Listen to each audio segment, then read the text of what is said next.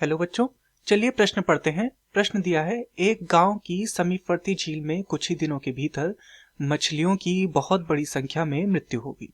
इसके लिए निम्नलिखित कारणों पर विचार कीजिए। पहला कारण दिया है, निकटवर्ती क्षेत्र में उग रही फसलों के लिए भारी मात्रा में यूरिया तथा फॉस्फेट उर्वरकों का उपयोग किया गया था। दूसरा है, उस क्षेत्र में विमान द्वारा डीडीटी का छिड़काव किया गया था। तीसरा है, झील का जल हरा हरा तथा बदबूदार हो गया था।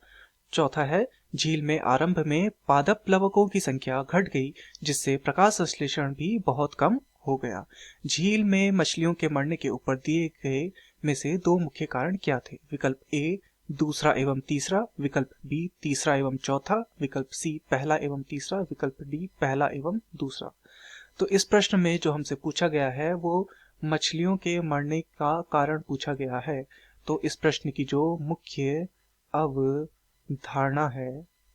अवधारणा वह मछलियों के मृत्यु का कारण जानने के विषय में है। मछली मृत्यु का कारण। तो यहाँ पर हमें जानना है कि इन मछलियों की मृत्यु का क्या क्या कारण हो सकता है। तो पहला हम देखते हैं कि निकटवर्ती क्षेत्र में उग रही फसलों के लिए भारी मात्रा में यूरिया तथा फॉस्फेट उर्वरकों का प्रयोग किया गया था।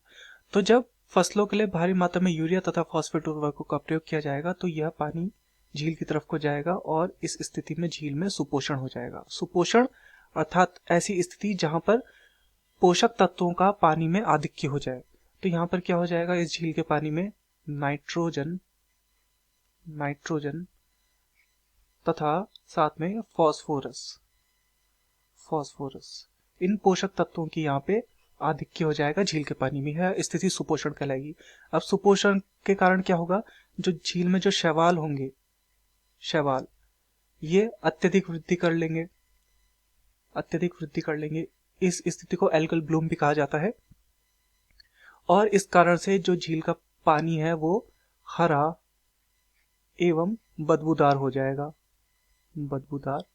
जाएगा।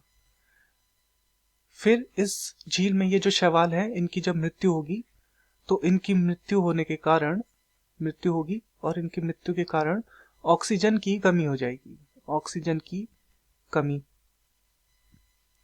अब जब ऑक्सीजन की कमी हो जाएगी तो मछलियों के लिए ऑक्सीजन नहीं रहेगी और मछलियां क्या हो जाएंगी, मृत हो जाएंगी।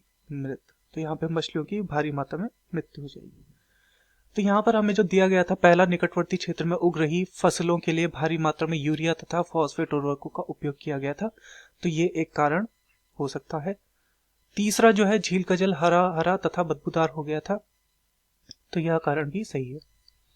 अन्य कारणों को देखते हैं। उस क्षेत्र में विमान द्वारा डीडीटी का छिड़काव किया गया था। तो डीडीटी जो है उसका पूरा नाम असल में होता है डाइफेनॉल ट्राइक्लोरोइथेन। ये जो होता है ये एक कीटनाशी है। कीटनाशी ये खेतों में कीटनाशी के रूप में प्रयोग किया जाता था, परंतु इसका पर्यावरण पर दुष्प्रभाव होता है, इसलिए वर्तमान पे इस पर प्रतिबंध लगा दिया गया है। अभी इसका प्रयोग नहीं किया जाता है।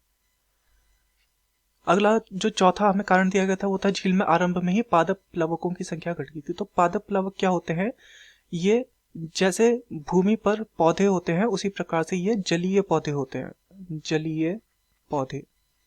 और ये जलीय पौधे क्या करते हैं, ये उत्पादक का कार्य करते हैं। तो इनका यहाँ पर कोई लेना देना नहीं है। तो इस दिए गए प्रश्न का सही उत्तर होगा विकल्प सी, पहला तथा तीसरा। मैं आशा करता हूं आपकी यह समझ में आया होगा। धन्यवाद।